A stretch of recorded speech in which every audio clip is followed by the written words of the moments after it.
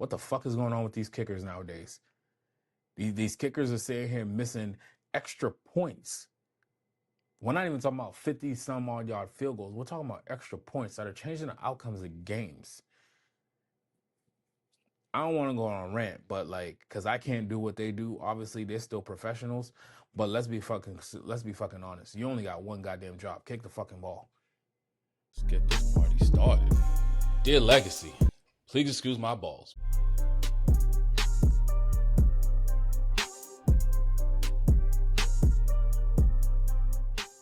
Welcome back. It's Please Excuse My Balls, brought to you by Dear Legacy Sports. It's your boy, Kevin B. the Brand, and this is episode 8. It was a great week of football games that happened this past week. To be able to watch football from Thursday all the way up until last night with meaningful games where it's win or go home, it was a chef's kiss. And actually, all the games actually played out very well too, from Thursday all the way on. Even in even in some going in blowout fashions, it was still pretty amazing brand of football that was played this week. But before we get into the NFL, because I can already see the rumblings from the NBA guys, you know what it is. We're in NFL time. But bear with me, it's just a few more weeks to go. Let's just jump right into the kickoff. In this week's kickoff, I've seen that NHL has said that Utah will host the Winter Classic. What is the Winter Classic, you ask? Good question. It's the Winter Classic. Anybody who knows NHL world, you want to dive in and let me know what's the NHL Winter Classic. I'd love to hear from you guys. In the NBA world, shout out to KD. He just climbed the list to becoming the number 7th on the all-time scoring list. Shout out to you. If I was home, I would have hit you with the horns, but you know what I'm trying to do. Congratulations to that man. Even with that man has missed about 2 to 3 years worth of injuries and still is top 10 in scoring. That's not no easy feat in the NBA. You're talking about 75 years of tracking people. So that's pretty cool. Some would say blockbuster trade happened over this past week also. Depending on who you are and how you value Trae Young. He was traded to the Washington Wizards this past week for CJ McCollum and another player, and I believe there was a pick involved in this trade also. Someone's looking at it as a blockbuster, someone not looking at it as a blockbuster. For me personally, I think it's a good move for Trae Young regardless. I think it was time for him to go somewhere else and see if he could revive his career. Not saying that it was like dead in the waters. The kid is still one of the coldest shooters out there. He's a playmaker. He's just been a little injured, especially this year. He's been dealing with some nagging injuries, and for some reason, it just never really came to what it could have been in Atlanta. So first off for him, first off for Atlanta, we'll see who ends up winning this trade for between the two of them. In other crazy NBA news that popped up across my phone feed, I saw that Dennis Schroeder was suspended for 3 games. He currently plays for the Sacramento Kings, and I went to look. I'm like, what did he get suspended for? 3 games? That seems like a lot. Like, what happened? And you go and find out that this man, after the game, was supposedly in the tunnels trying to fight or look for Luca. Whatever happened during the game spewed over to after the game, where he wanted to go find Luca after the game. That in whatever ensued, and now he's gonna face a 3-game suspension. Not saying that is gonna really do much for the Sacramento Kings right now. They're not doing too well without Mike Brown over there. You're seeing Mike Brown in a new place, and he has the Knicks playing just as good, if not better. And then the Sacramento Kings, who he just left, is in the toilet tank. So, and it's not like they lost that much players this past off season. So it is what it is. Schroeder will be gone for 3 games. In the world of Major League Baseball and my hometown Red Sox, It seems like we caught a little bit of a blow. I'm not gonna sit here and try to pretend like I know the magnitude of this, because the past few years I haven't really been paying attention that much to what the Red Sox have been doing. I don't like the teams that they've been putting out. I think they're looking too much into the number side of thing and not putting a good product out there, and they're not really giving their manager a chance to really field anything. Granted, yes, we was just in the playoffs, based off of what you was looking at, and the pundits were saying coming into the season they liked the Red Sox coming in. It was a lot of people that I didn't know who they were, how, or if I did know who they were, how they fit into certain lineups. But our manager did what he was going to do, and then got us into the playoffs. Short lived, but it is what it is. We made it to the playoffs, but we end up losing our third baseman, Alex Bergman, who's now going to be signing with the Cubs for 5 years, $175 million. Some are saying that it's overpaid. The Cubs are overpaying, but I mean, they paid. So off he goes to the Chicago Cubs, who's trying to do something while we're still here in the AL East is trying to figure out what is going on, how we're going to compete. But again, we'll see what the Red Sox decide to do. And last news, it kind of sucks a little bit, because the 49ers have been on a tear. To be completely honest, they've been battling through all types of injuries, and they got into the playoffs. They battled their way in, and then they competed this past weekend, just to see their star tight end go down to a torn Achilles. That was confirmed by their head coach after the game. They move on to play another week, and if for some crazy miracle they're able to go to Seattle this week and pull the upset off, they'll be able to get a key linebacker coming back and Warner. But we'll talk about that a little bit later. That's what I got for you guys for the kickoff this week. Since we're already on football, we're just gonna stay right into that. We gotta go into the king of sports. This week, the NFL All Pro teams came out. I don't have the full list for you guys. I'll probably post it for you, for everybody to see. But surprise, surprise, Matthew Stafford edged out Drake May for first team All Pro, and Drake May took second team All Pro for the quarterback. How do I feel about that? Not surprised. The voters are kind of telling you which direction they're going to be going to. There was a few instances where the person that they gave first team All Pro to didn't win the MVP that same year. So yeah, if you look at the tea leaves, maybe they're going to do the right thing and give it to Drake May for league MVP this year. Only time will tell. But yeah, the first and second team All Pro, NFL All Pro teams are out. I'll put a post up so you can see the full teams that were introduced this week. The coaching carousel continues. Right before we jumped on here today, after the last game, Monday night game, Mike Tomlin and the Steelers, they had their interview this today, and Mike Tomlin decided that it's time for him to go. It was his decision after 19 seasons to step away from the game. Doesn't mean that he's not going to coach next year. He still does have 2 years left on his contract. So if he does want to coach, he would have the Steelers and whatever organization is trying to get him will have to get some type of compensation to the Steelers for getting Mike Tomlin. Over the 19 seasons, it's been a great run. You're talking about one of the head coaches in the past. I think he has like a 13 season streak where he has not missed the playoffs. Now, not missing the playoffs and getting knocked out the first round for 9 consecutive years. It's good. You're making it, and then you're talking about you're dragging teams into the playoffs that should not even be in the playoffs, i.e., even this season. I think the Baltimore Ravens would have been a better matchup in these playoffs, and they would have gave the Texans a little bit heart palpitations in order for them to get to the next round. But that's not how the football gods seen it fit. Mike Tomlin got into the playoffs with a team that should not have been in the playoffs yet again. So it adds to the carousel. So now we're talking about there's about 9 teams that are looking for head coaching positions. Does Tomlin go to the top of these people's list? I think John Harbaugh is still the belle of the ball right now. I think all teams are going to hold out until they know for sure that John Harbaugh is taking another position. It's smart of him. I'm not gonna lie to you. Looking at this coaching pool, there's a lot of OCs and DCs that are out there that you would want to elevate to come take over your program. But some people, they're in a position where they have to make the right decision.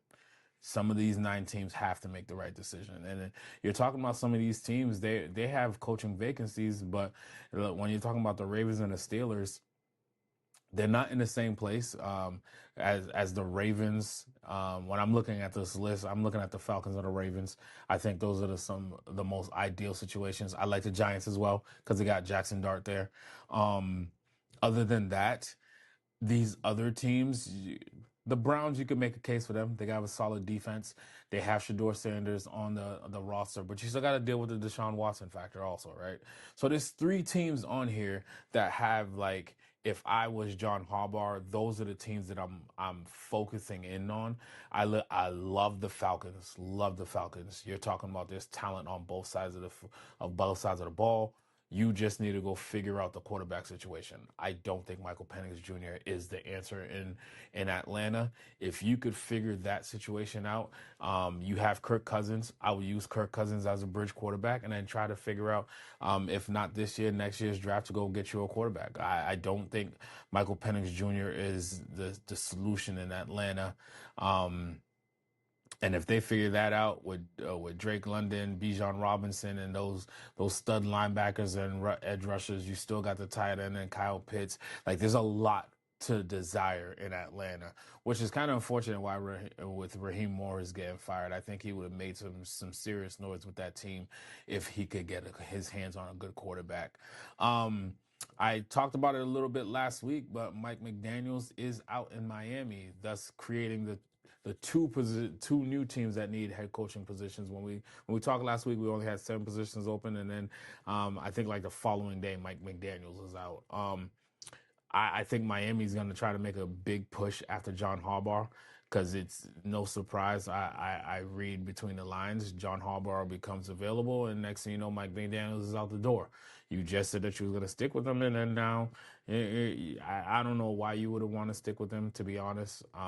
There's nothing in that resume that says he deserves to be still coaching and coaching the Miami Dolphins. I'm not saying coaching at all, coaching the Miami Dolphins. That situation just didn't pan out. But again, I also believe that the quarterbacks that these teams have dictate a lot of these situations. I don't think Tua was a good situation in Miami. Even going back to the Tomlin situation, you know, since Ben Roethlisberger, you have a list of quarterbacks that's gone through the Pittsburgh Steelers, and rather than this last draft where they had a couple solid QBs and you could have had Jackson Dart, but instead you missed out on, you didn't take Jackson Dart, you didn't go after Sam Darnold, you just kept standing pat to bring in Aaron Rodgers. So I mean, at end of the day, it we talked about this a few weeks back. I felt as though whoever was going to win, whoever lost the division between the Ravens and the Steelers, that head coach was going to be out of a job, whether it be mutually agreed, whether they agreed, or whether the organization agreed. I knew one would be on the coaching carousel. Did I see both? No. You look at the Pittsburgh Steelers as one. They've had 3 coaches in the past, God knows, the whole organization of the Pittsburgh Steelers, while other teams have been reeling trying to find a head coach. They're what stability looks like when it comes to that organization. And whoever they bring in next, just know you're not walking into a situation where you're with the Falcons or the Ravens or even the Giants. Dare I say, even the Brown situation. You're coming into a situation where you're essentially kind of starting from scratch. You have to go find your quarterback. TJ Watt is older. Is he going to want to stay in Pittsburgh?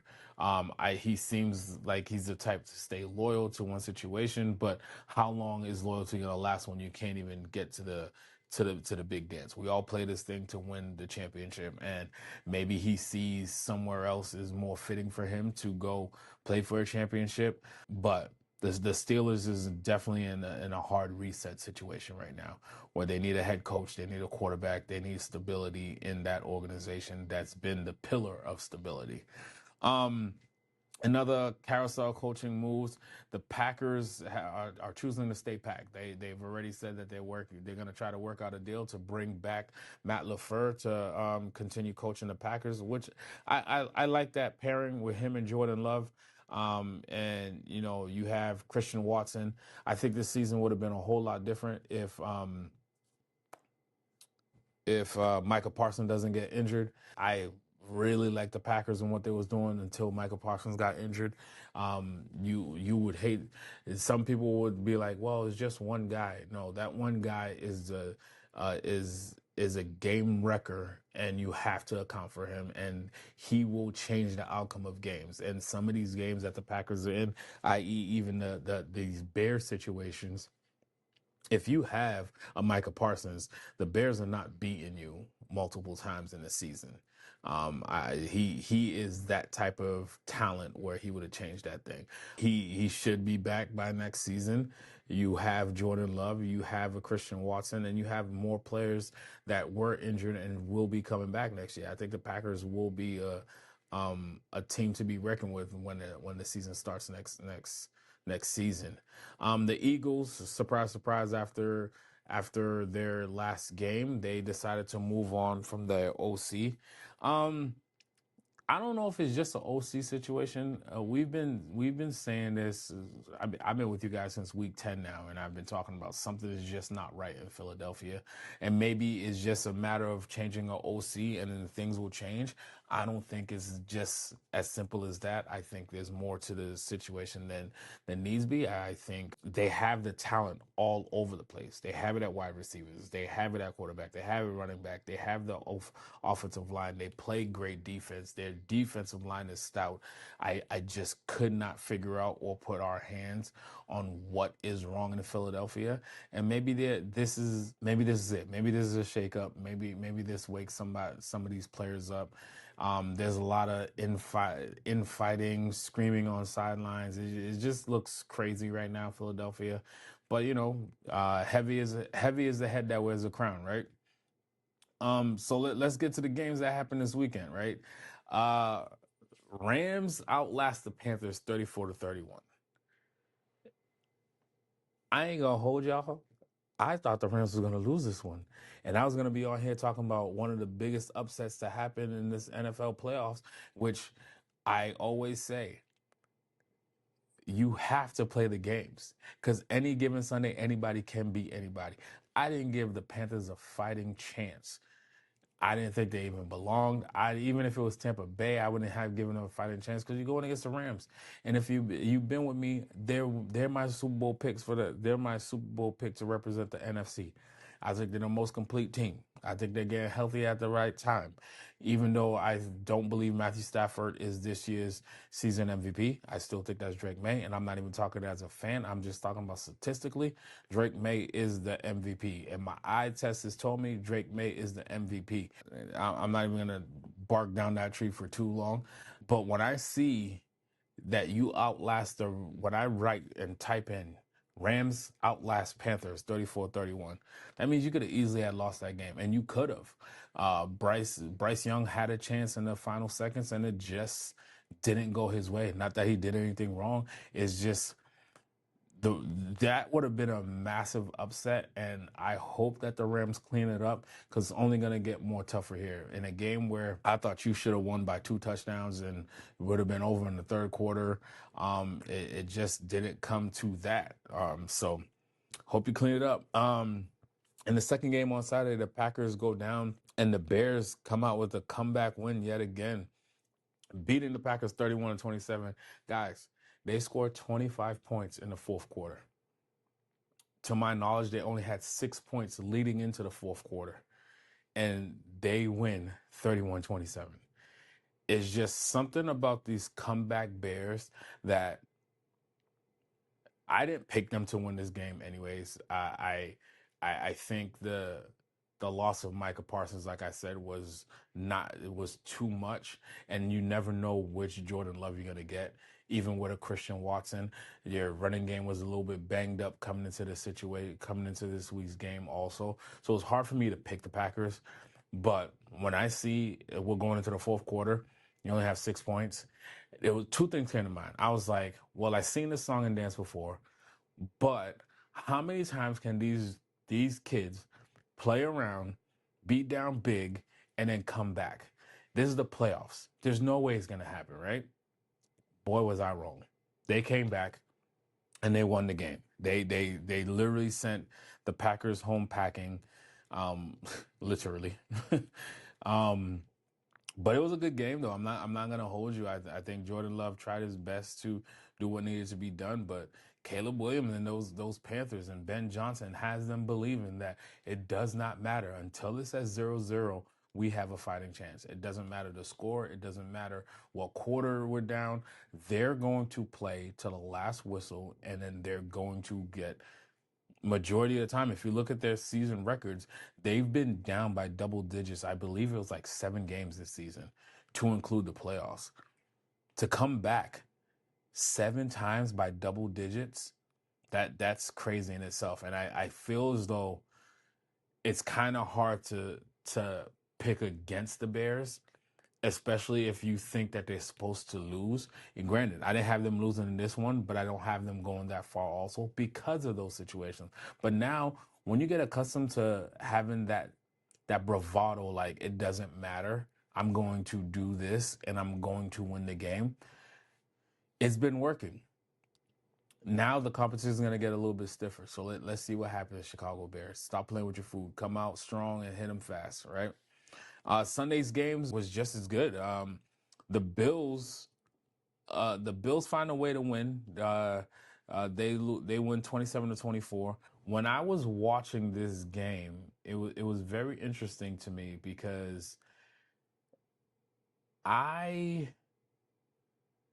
I'm watching this game and I've been telling you guys the Buffalo Bills, the only majority of the times when they do their mount their comebacks or when they have a game and it's the I feel as though there's been a couple games, to include the game against my Patriots in New England, that they were bailed out and end up winning the games. I've seen that happen in maybe 2, if not 3 of the last 4 to 5 games of the season. So for me, I always felt as though the Buffalo Bills were vulnerable. But at the same time, I kept saying, I'm one of those people that's screaming and banging on the table like Buffalo, if not now, when, right?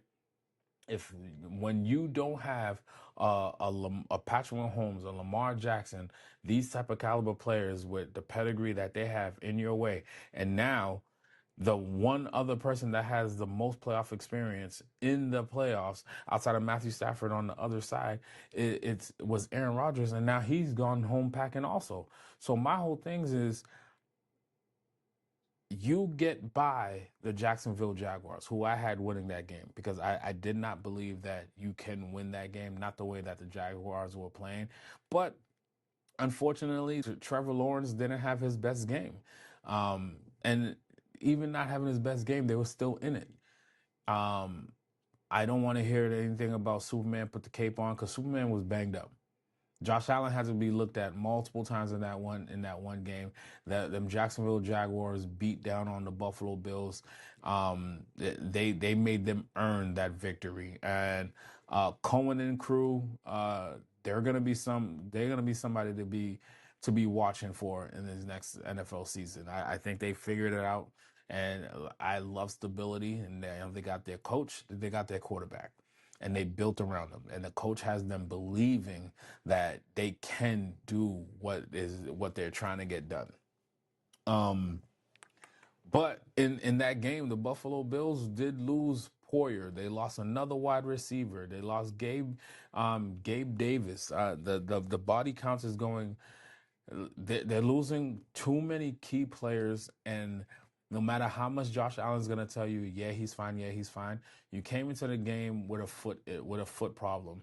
You in one of the Russian touchdowns that you had at the goal line, the moment you scored and you went backwards, you grabbed your knee immediately. You was hobbling on doing that.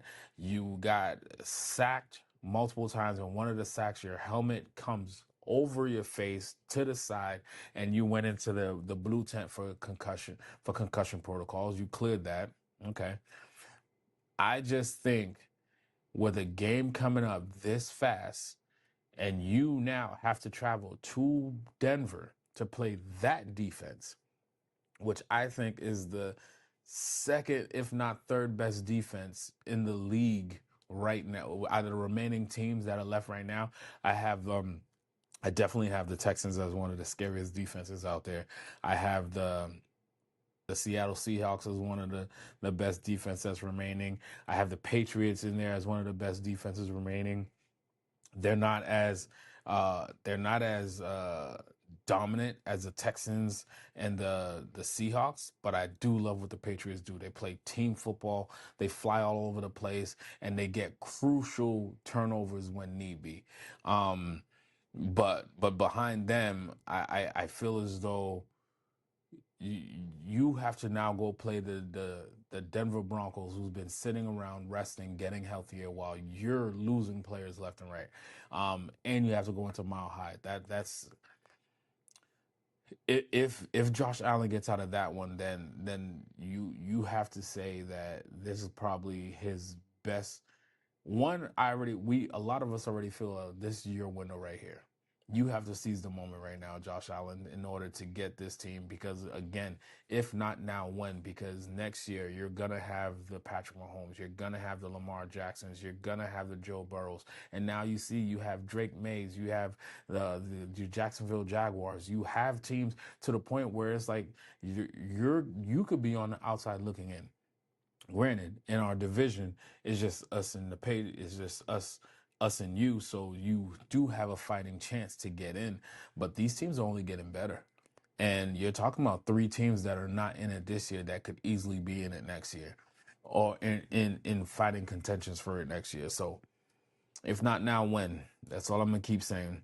This one right here was crazy because I told you I didn't pick the Philadelphia Eagles. I had the 49ers winning. It's just something about how Kyle Shanahan has these guys playing right now. I believe if Mike Vrabel doesn't get Coach of the Year, it should go to Kyle Shanahan for what he's done with all the injuries and not having your starting quarterback for over a month. And then you take this team and you, after losing to Seattle and still making it into the playoffs, and now you got to go on the road and go play the defending champions at their house. And watching that game, Brock Purdy had probably, in my opinion, one of his worst games. And for him to still, there was points in that game, you could even ask my wife, I was like, damn, bringing back Jones at this point. You need a spark. You need something that's changed because Brock Purdy just was not doing it. But Kyle Shanahan knows his guy, and he didn't panic. He stuck with his guy, and granted, it's easy to stick with your guy. I'm not gonna hold you when you're going against the Philadelphia Eagles. They can't do shit on offense, and their defense was just getting dragged out. At some point, it was bound to happen where they're not gonna be able to hold these guys for too long, and it ended up being that, and they end up winning the game 23-19. A lot of drop balls from Philly's side. Saquon never really got going. Jalen, again, I don't understand for the life of me what was going on in Philadelphia, but something is just not right up there, and hopefully they'll figure it out because, I mean, in the NFC, they'll probably still get a chance, especially in that division that they play in. I mean, we don't know what Washington's coming back, how healthy Jaden Daniels is going to be. The Cowboys are always going to be the Cowboys, where they'll look like they're going to be making a run, and then they'll all just collapse. And then the Giants, they're still figuring it out, and now they got to go find another head coach. But I like Jackson Dart. I like Jackson Dart. I like Scatterboo. I like some of the things that they got going over there. So we'll see what happens. And then in a defensive bout between the Patriots win their first playoff game with Drake May and Mike Vrabel in their era. The offensive line, I'm not gonna hold you. They they they look very bad. They look very bad on the left hand side. I hope this whole week they're just working on certain situations because what's about to come this week, it ain't gonna be easy. Not even a little bit. But the Patriots did take care of business in that defensive bout. They end up winning the game 16-3. One scoring touchdown from Drake May to Hunter Henry was all they needed to get past the Chargers. I like this matchup for us coming in. I think the Chargers played a solid game of defense, but in the end, Herbert just couldn't get it done. Our defense was just smothering them, and the history still keeps going for Justin Herbert. You know, one of the best young players who just can't get it done when it comes to the playoffs. He falls to 0-3 now. I'm still not ready to count out the Chargers completely. I think they could still be a competitive team. But again, you're running into that same situation where it's like the conference is only going to get stronger. You know, this conference has a bunch of young quarterbacks or with new head coaches or younger head coaches where like it's changing for the better. And again, there's three teams that were not in the playoffs this year that you can easily say they come in to right the ship. And the Chiefs, you got the Bengals with Joe Burrow, and you got Lamar Jackson. You know, Lamar Jackson gonna have a lot to prove. You know, some are saying he ran his head coach out, and whatever the case may be, the ownership is already committed to say that they're gonna get him a new deal. So we'll see how it all plays out. But the Chargers got some things to do. I like the other Harbaugh brother. He's doing great things out there. I'm not ready to give up on Justin Herbert yet, but something's got to give out there. Something's definitely got to get. And shout out to my Patriots and Mike Vrabel and Drake May for getting the first win in what 7 years. Our first one in seven seasons in the playoffs, when it was just like a everyday occurrence for us to be in the playoffs and winning at least one, if not two rounds, going to the conference game and all that. So it's good to be back in this position. I'm not gonna lie to you guys.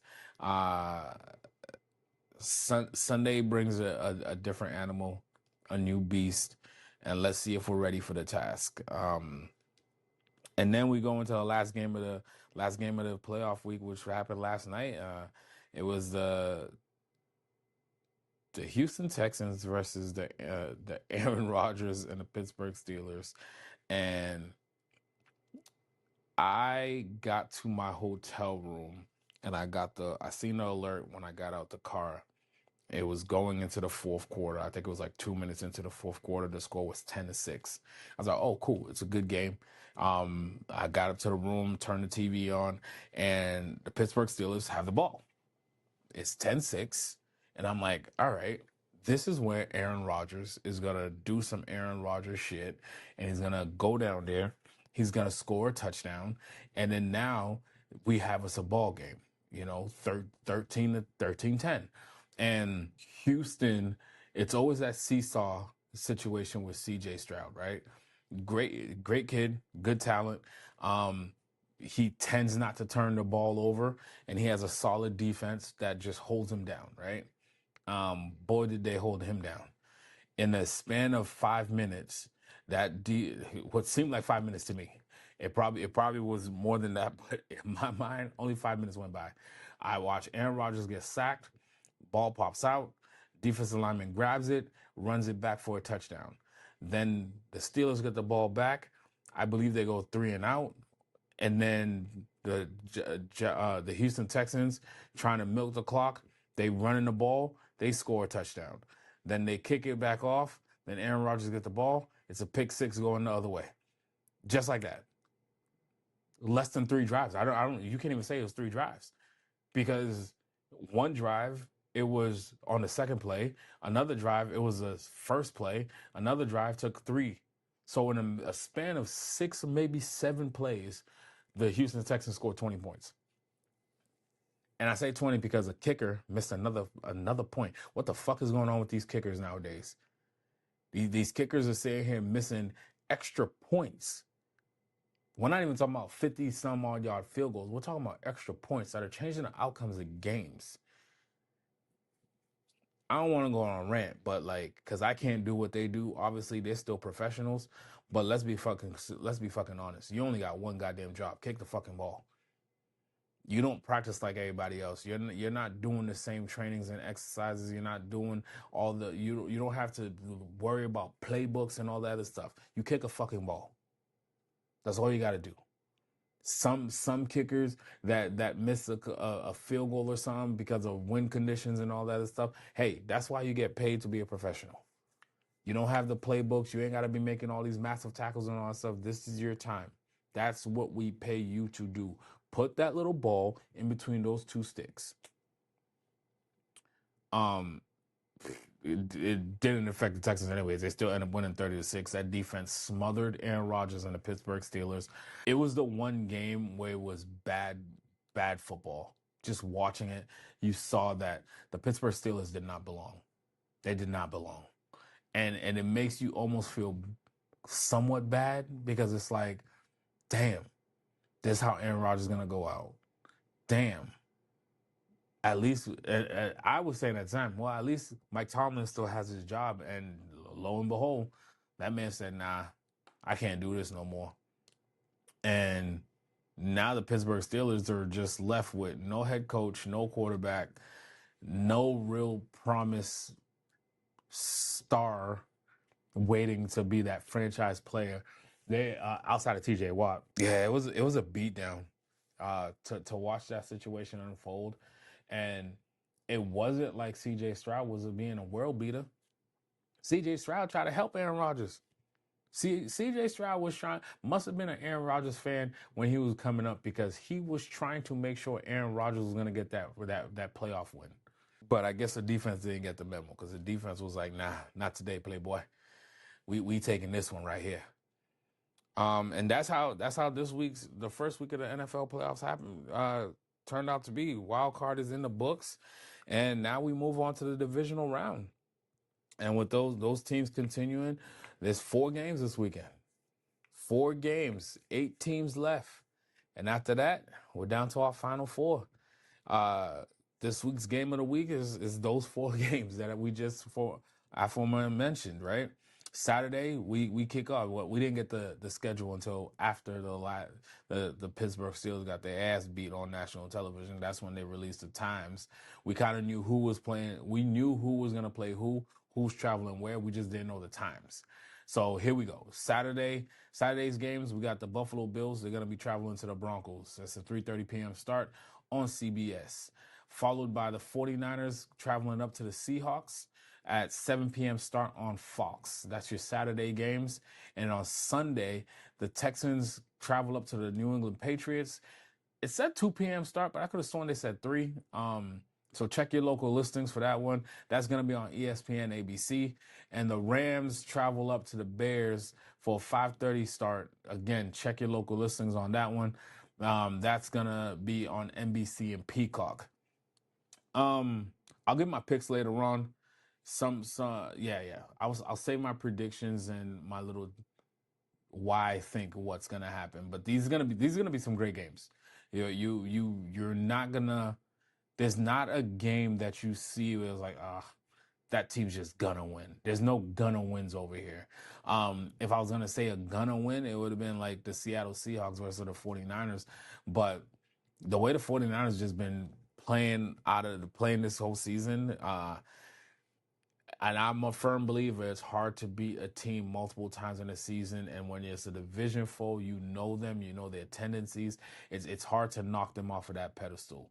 So we'll see what happens. And my top 4 teams remaining in the playoffs.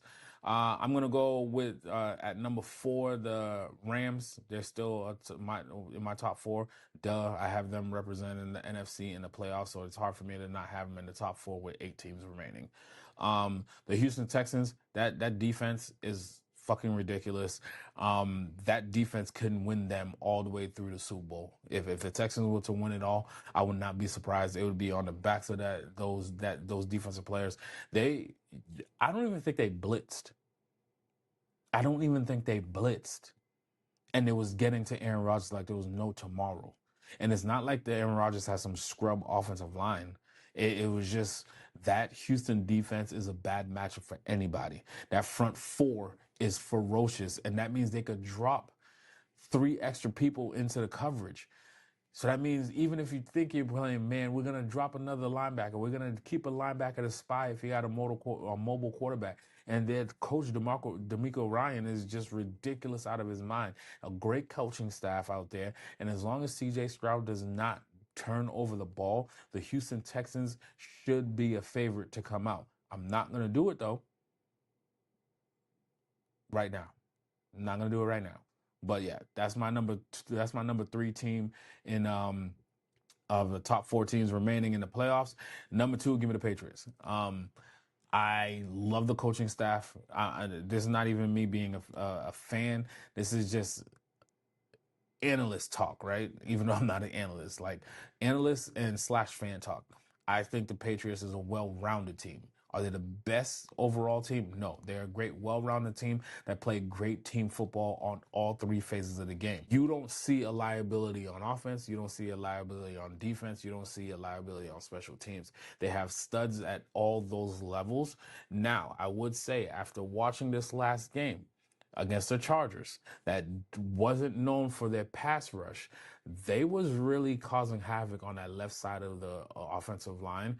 I'm curious to see how Vrabel and crew fixes that before they have to go play this vaunted Texas defense that I've been gushing about all this episode. Like, I always knew the Texans defense was good, but watching them when there's nothing else to be watched and you're really focusing on the game, you're like, I see how you got here. And then when you go back and you look at the numbers, I see how you lost during the season also. It wasn't the defense. So, yeah. So the Patriots are my number 2 team. My number 1 team is still the Seattle Seahawks. Seattle Seahawks, to me, with the new set version of the LOB, Sam Darnold playing like a all-around world beater since he left the Jets. You're talking about you take 2 teams to go 14-3, and you have the number 1 seed. It's hard to not have you sitting where you're sitting right now. Now, you've been off for a few weeks, Sam Darnold. Come out and show out. All right. Super Bowl picks still stay the same until one of these teams or 2 of these teams get knocked out. Those are gonna be my picks. I'm still picking the Rams. I'm still picking the Patriots. We'll talk about that. And like I said, until they get knocked out, those are my picks. Got nothing for you guys in the hunt this week. We kind of spoke about it. There's a lot of players moving around with free agency going on, a lot of money being spent. When that dust settles, we'll take a better look at it. Those guys will come. They'll start playing right in the middle. They'll start coming around right in the middle of basketball season, well after football season, and then they'll be here well after basketball starts, well after football is beginning. So nothing in that section this week. Going beyond the lines, one of the storylines I got for you guys is Brooksy. My man Brooks Koepka has decided to leave Live Golf and come back to the PGA, and was approved to return back to the PGA. I love it for the game, right? It has nothing to do with no backlash for Live. I think Live was a necessary evil that we needed in order to revamp the PGA, right? I'm not gonna bore you with that, but the reason why these guys fled from PGA to Live, it wasn't because the Live was so much better. It's they gave them incentives to go there. You know, nobody likes to work for free. And when you're showing up and you don't make a cut, and that means I don't get paid that week, that's always been crazy to me ever since I started learning the game of golf. But it's good to have Brooks Koepka coming back to the PGA. The other players, the big names like Bryson DeChambeau, John Rahm, and Smith, all committed to still stay on Live Golf and finish their commitments as of right now. Brooks had one more contract left on his Live Golf tour. But he decided to leave, and then days after when he decided to leave, I was like, man, that'd be great if he would come back to the PGA, but I don't know how it was gonna work. And he put in his paperwork and it's been approved. I don't know what has to be done for leaving and coming back, but apparently they put something in place for those guys that do want to return back to the PGA. So shout out to the PGA for doing right by the guy that did want to come back. Welcome home, Brooksy. Hopefully you still have some in you where you could make these runs and let's have some good golf on Sundays. Let's go ahead to Campus Legends right now. I'm gonna start off with my girls basketball. LSU girls handed the Texas girls their first loss of the season. I was just talking about how like the last few undefeated teams, and then the LSU girls behind Flage went in there and took care of business, and they handed Texas their first loss. So shout out to the LSU Tiger girls. In other news, the NCAA did deny Trinidad Chambliss his appeal for his 6th year of eligibility. The school can appeal on his behalf. I'm pretty sure that they have at this point, and they'll be waiting for that. I hope they allow this young man to play another year for his eligibility and see what he could do with the Rebels. He's already said that he's committed to them as long as he gets his appeal to for his 6th year. I liked how the Rebels looked, and it doesn't seem like they're losing that much talent in the transfer portal. A lot is happening inside the transfer portal right now. Speaking of his old coach, LSU and Lane Kiffin lands a top transfer QB in Sam Levitt. He's committed to the LSU Tigers. The Texas lands the number 1 transfer portal wide receiver in Cam Coleman. There's a lot of students moving around that's going to change the identity of some programs, especially with some of these coaches that's moved around as well. College football is going to be just as exciting again in next season. I loved what I seen this past season. There's true competition across the board due to the transfer portal, due to NIL deals. So I'm just loving it. And speaking in college football playoffs, right now, there's a vote on the table to expand the playoffs to a 16-team playoff for next season. SEC commissioner is one of the people trying to push this heavily. One of the people in his way is the Big Ten commissioner. The Big Ten commissioner says, "Sure, I'll vote for you now if you guarantee 24 teams get into the playoffs in a few years." Honestly, going from 12 to 16, I don't mind that. It'd be cool to see how it would all work out. Because if you're going from 12 to 16, adding in 4 new teams, does that mean we're not doing buys? I know there'll be situations for automatic bids and all that other stuff, so that would be good. And then now we won't be as up in arms if it's a 16-team playoffs when you have a JMU and teams of that caliber that came out this past season over teams that we thought would have been better fits for the college football playoffs. But 24 seems like a lot. That just seems like a lot. So are we doing automatic bids, or why stop at 24? Why not just get the top 25 teams? We do top 25 every week. So it's just weird. I think he literally just chose that number just to be as absurd as it possibly could be, to not give the SEC AD what he wants. So we'll see. We'll keep tabs on that one. Either way, it'll be interesting. But it's just one more game left in the college football playoffs. That's all. And then the big lady's gonna start singing. Who will hoist that crystal ball? We like to say we don't know yet, but on Monday, January 19th at 6:30, the game will kick off. It'll be on ESPN. Number 10 Miami has the luxury of playing at home in their stadium, so that's pretty cool. It's amazing for the storylines across the board, but it ain't gonna be easy. They're going against the number 1 team in the nation, undefeated Big Ten champs, the Heisman winning quarterback coming in. Indiana Hoosiers playing for the national championship, their chance to win their first national championship. Miami, you've been there. You know, it's been a while, but you've been there.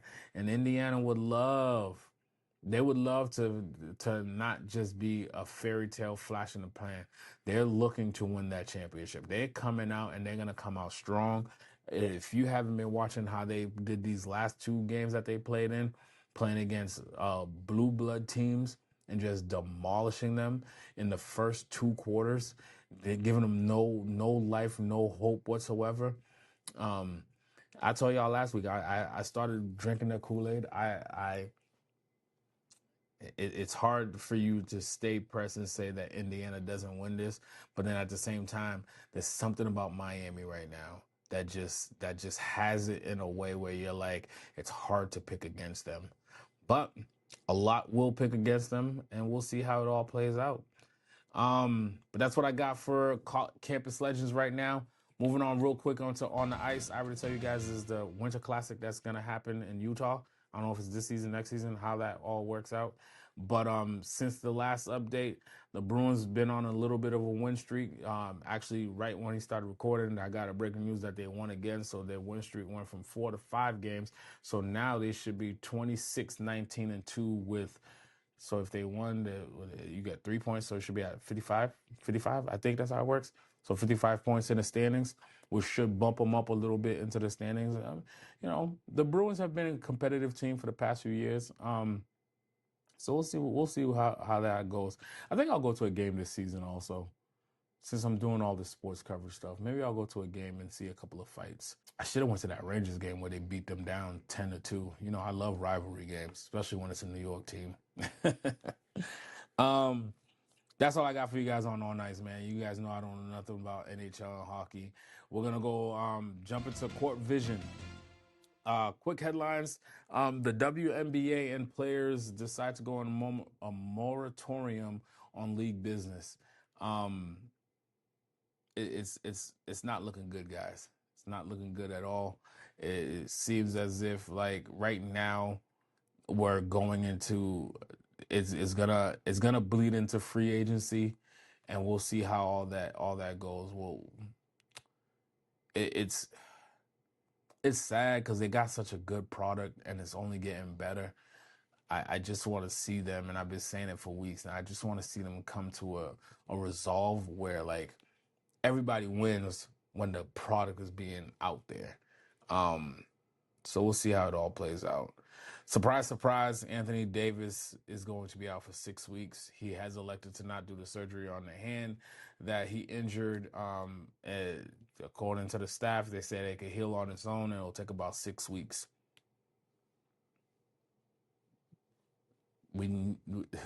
Are we surprised? It's Anthony Davis. What I am surprised about, though, is the reports of John Morant on the trade block. Coming out of college, number 2 overall, me personally, I thought was the most number 3 overall, I believe, because he was behind R.J. Barrett too. That was a Zion year. I always believed that John Morant was the most talented one out of that draft class, and he proved it right. I just think that he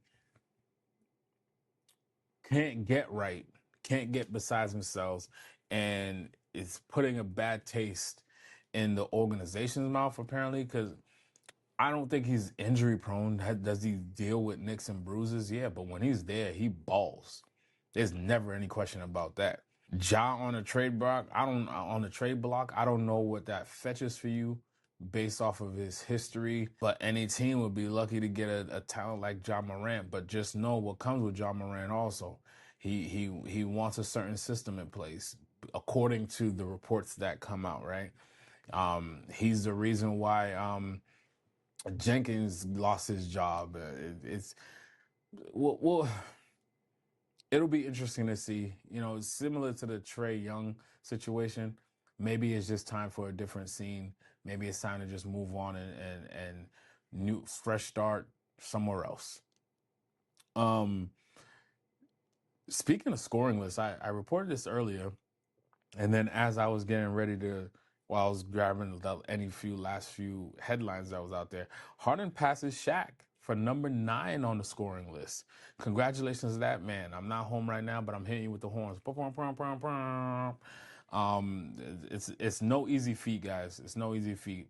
I realize it's a whole lot harder than you think. When I was in the New York Gardens home, the New York Knicks home at their garden, and I was allowed to shoot a couple baskets. And when I seen them air balls happening, I was like, "Oh Lord Jesus, this is harder than it looks." But shout out to Harden on passing Shaq for number 9 on those all-time scoring lists. In some great news, Kyle Lowry and the 76ers was up in Toronto. Kyle Lowry won his championship with Toronto before being bounced around the league a little bit.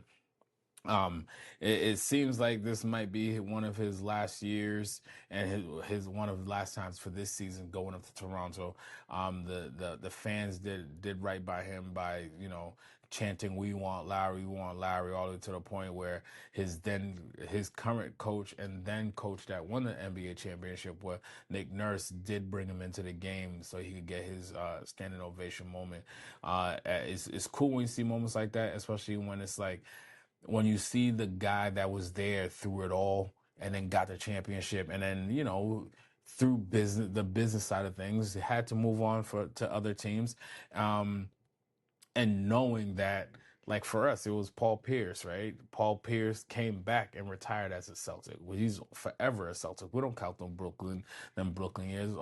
Toronto's never gonna look at those other years when he was in Miami and Philly. It's those Toronto years that's always gonna stick with you. So congratulations to that man. The trade deadline is fast approaching. I believe it's February 5th.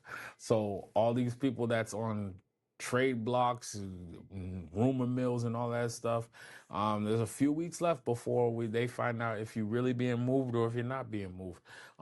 Just because you don't move by the trade deadline doesn't mean you're that safe, though. Let's run down a couple of scores.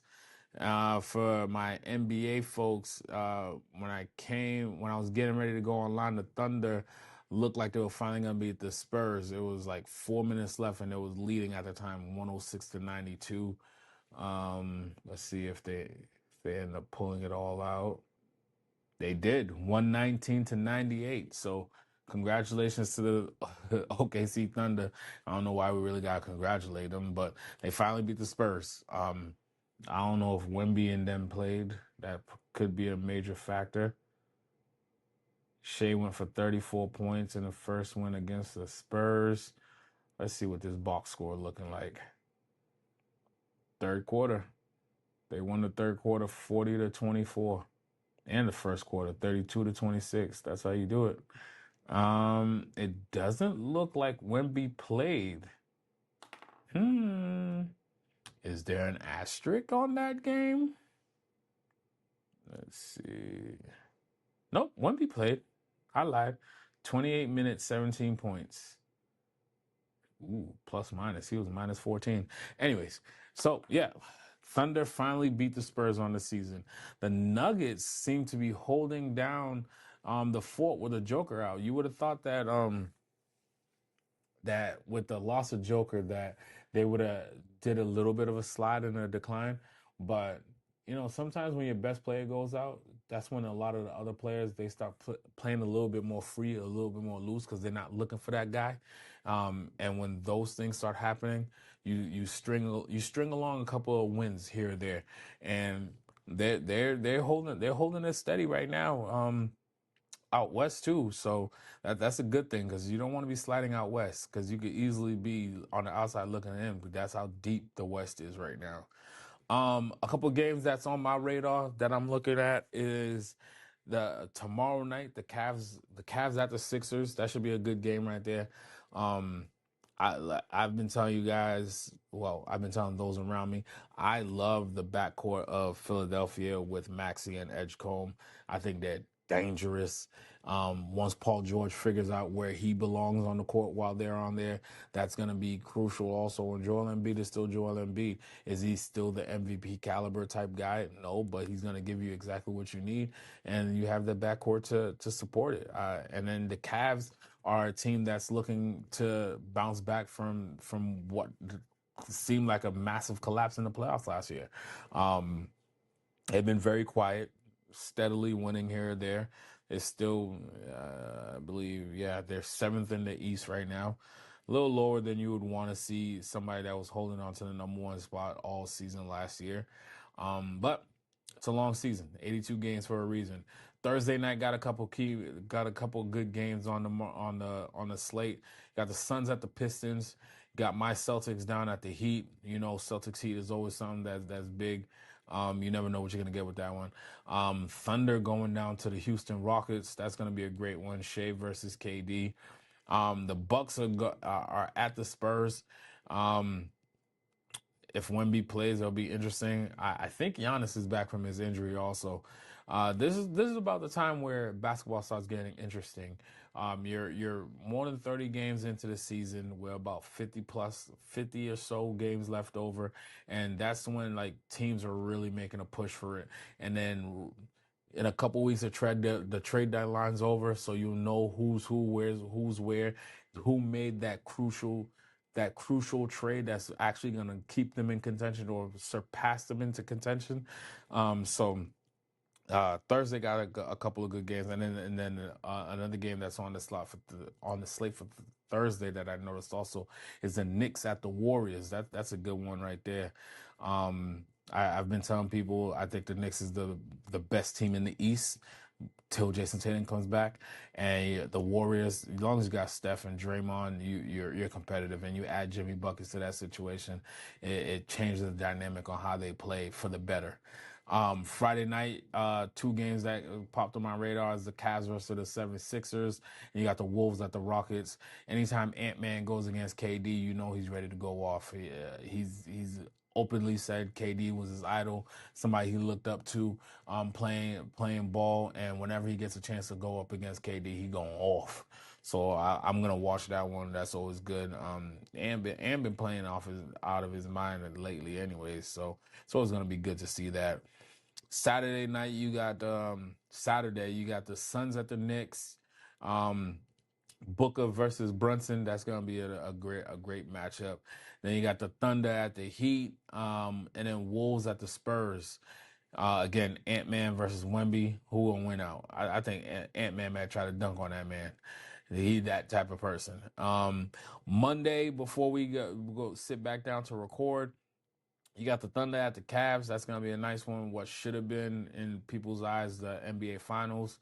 Then you got the Mavs at the Knicks. I only got that there because you got Cooper Flag going into the Garden. So we'll see what he could do there. You got my Celtics versus the number one team in the East at the Pistons. Not gonna lie to y'all, it might be when I start focusing in on basketball heavy if things don't go right for me on Sunday. And then to close it all, you got the Heat at the Warriors. Standing wise, Eastern Conference, Detroit still holding on that number one spot, 28-10. The Knicks jump back into number two after the Celtics go on a 3-game slid, 2-game slid.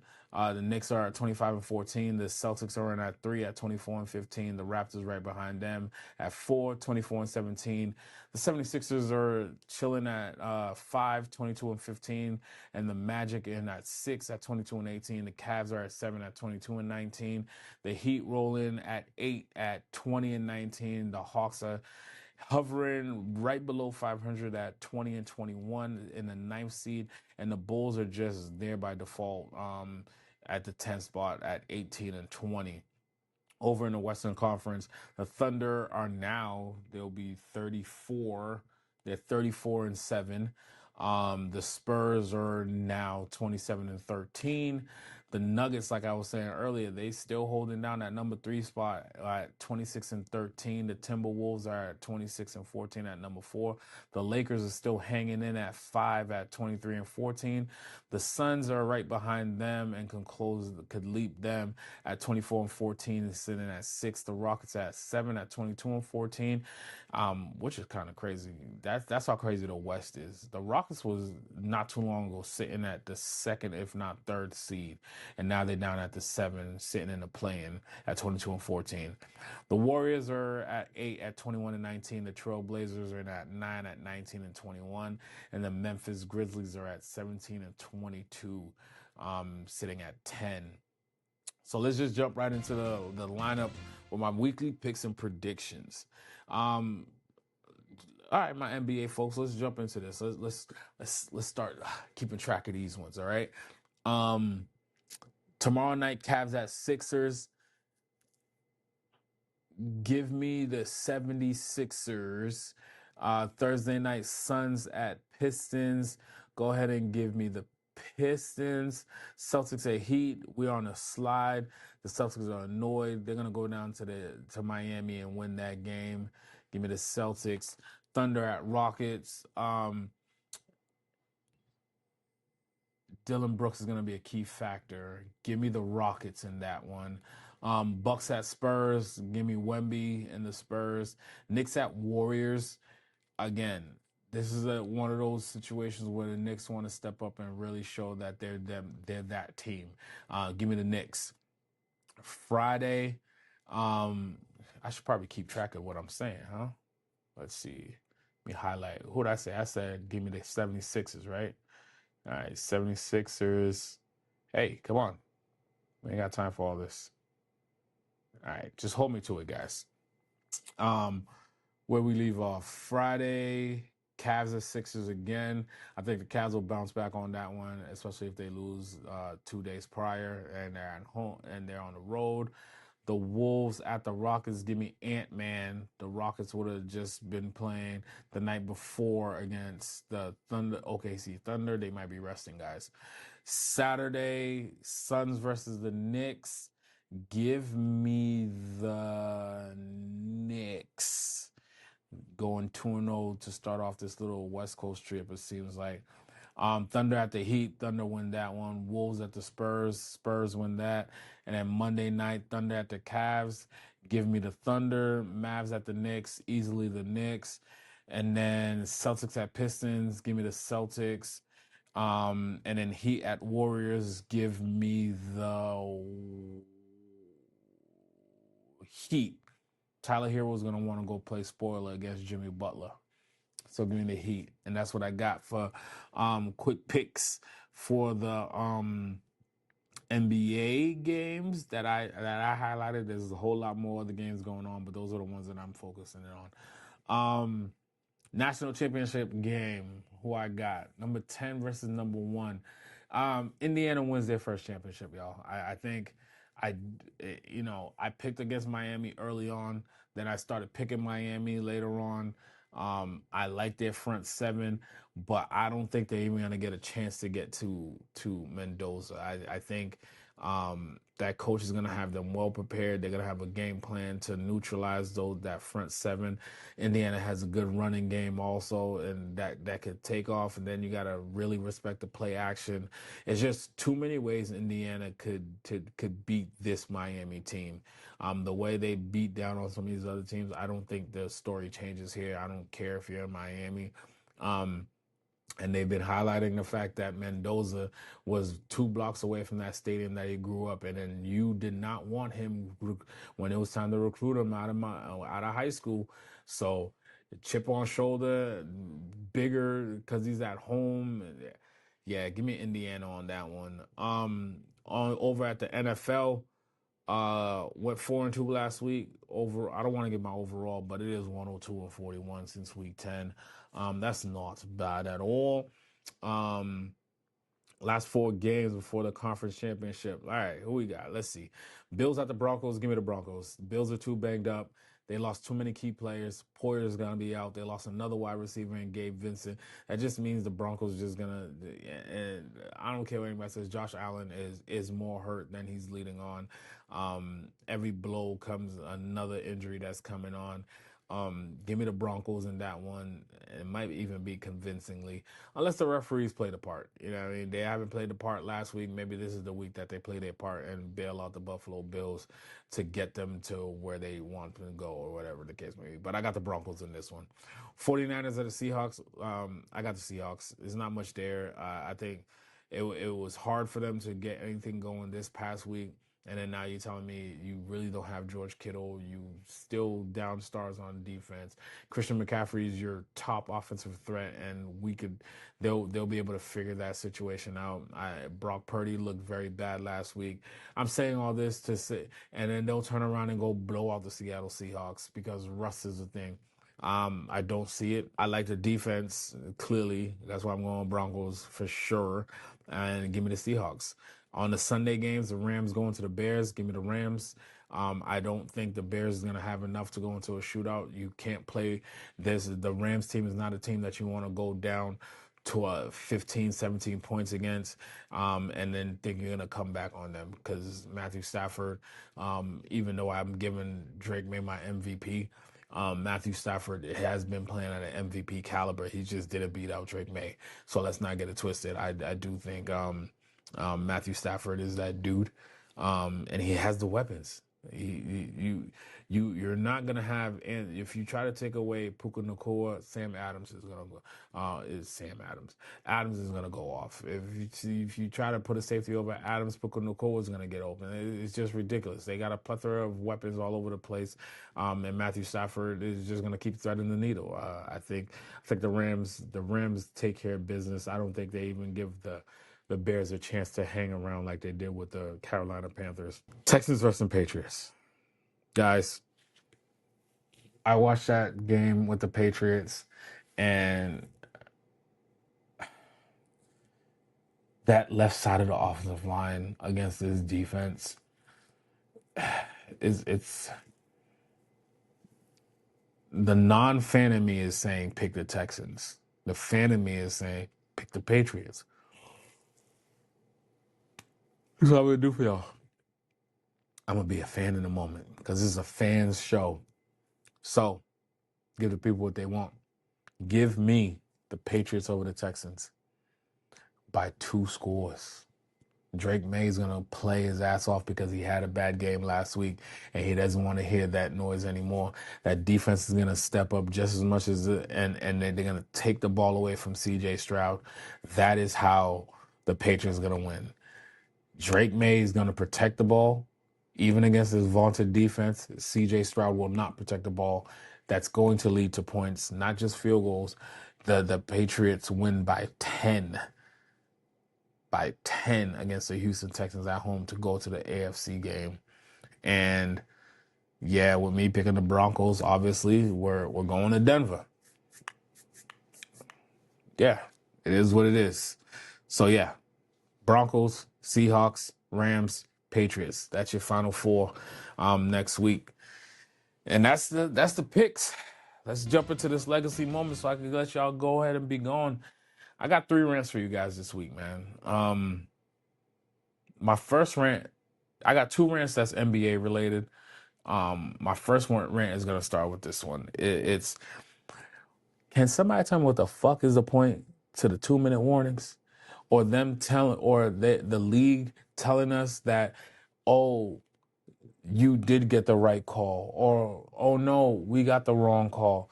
I don't give a flying fuck if as a fan what your report is gonna say, because what's it changing? What in the flying fuck did it change? Because are we gonna go replay the game? Are we gonna pick up from where that egregious act happened? Are we going to redo that? No, we're not. The team took the loss. Our fans took a loss, and you're gonna come and tell me, yeah, we was right. I don't give a fuck at this point. What you need to do with your little 2-minute fucking report is, if the referees got it wrong, you love charging people for shit. Charge them. Don't tell me some shit about, oh yeah, it goes into their report, and when it's time for the playoffs, they won't get picked for key games. I see those same motherfuckers that made the same wrong calls at the same fucking playoffs doing the same dumbass calls. Y'all want to hold everybody else accountable, which kind of leads me into my second part of this rant, is JB gets fined $35,000 for calling out the bullshit as we see it. $35,000 for criticizing humans for doing wrong shit. But yet, you're going to turn around and tell me in a 2-minute report, oh, that was right. Oh, this was wrong. They got it wrong on this one. Who the fuck cares at this point? I can't talk about you, or you're going to take it out of my fucking pockets. The fans can't complain because you don't give a flying fuck what we think, because you think we're just being fans. But in reality is, as somebody who just loves basketball, as somebody who just loves football, there's certain shit I don't want to see is referees making themselves bigger than the fucking game. Or when they're wrong, there's no consequences. The NFL and NBA have to hold these referees accountable. They get paid the same way that everybody else get paid to be a professional. And yes, as professionals, we all make mistakes, but there got to be some fucking consequences, because sometimes these calls that these referees are making cost people their jobs. Coaches get fired. Players get traded. Franchises change. And you want to tell me after a 2-minute report for full transparency, oh, the referee did get that call wrong. Who gives a fuck now? We still lost a fucking game. My star player is losing $35,000 that he could actually be putting towards some real charity, not your bullshit charity that you're putting up over at the league offices that we don't know where the hell this money's going to. It's just asinine to me when you want to tell me that somebody got it wrong or that call wasn't right and this. Who cares? Keep it to your fucking self. We knew that. We knew that. The world knew that. Even the other fan base knew that. Like when I'm watching a game and a call goes against the other team in my favor, I'm like, damn, that was a fucking foul. But I'm going to take it. Everybody knows. And y'all got all this fucking technology. Y'all doing this fucking hokey pokey shit with your headset, like Frank Isola be saying, where y'all taking up delaying the game by like 15, 20 minutes, and you still can't get it right? You be on the monitors for 20 minutes, but yet when a crucial call does come in, you don't go check that? Let me just make sure. No, let's wait for the 2-minute fucking report where we can't do nothing about it. Game's done been over. The team lost. Now you want to tell me, oh, we did miss something. Come on, get it together. And close me out. Legacy moment. Aaron Rodgers and Mike Tomlin. You're talking about two people that came together in this last season. When everybody said no, they said yes.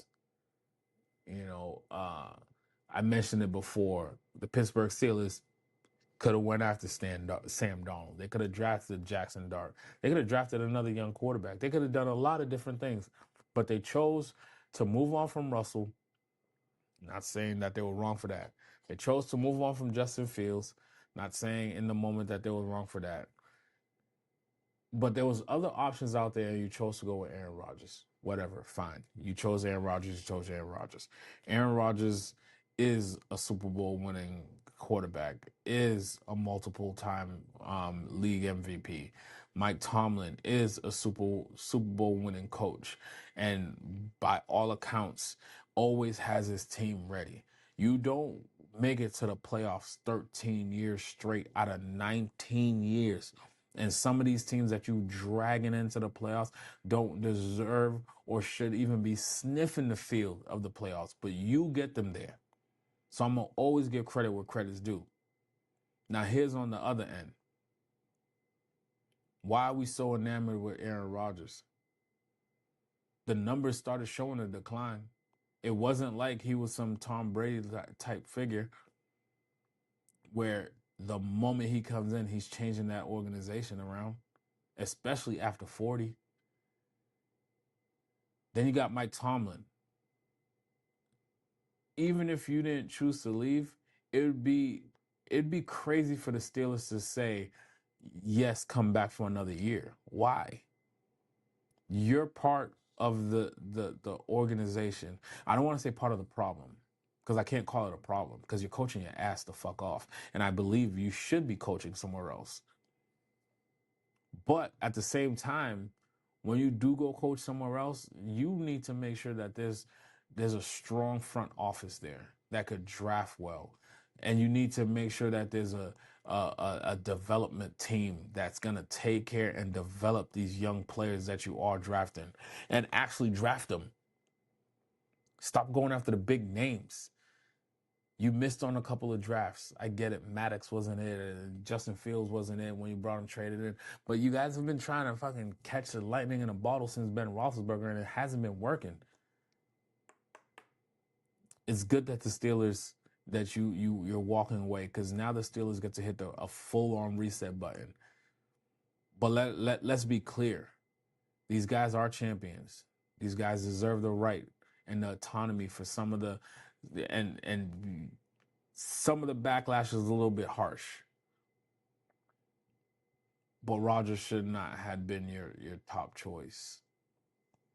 You barely made it into the playoffs. And we've seen why you shouldn't have even been in the playoffs.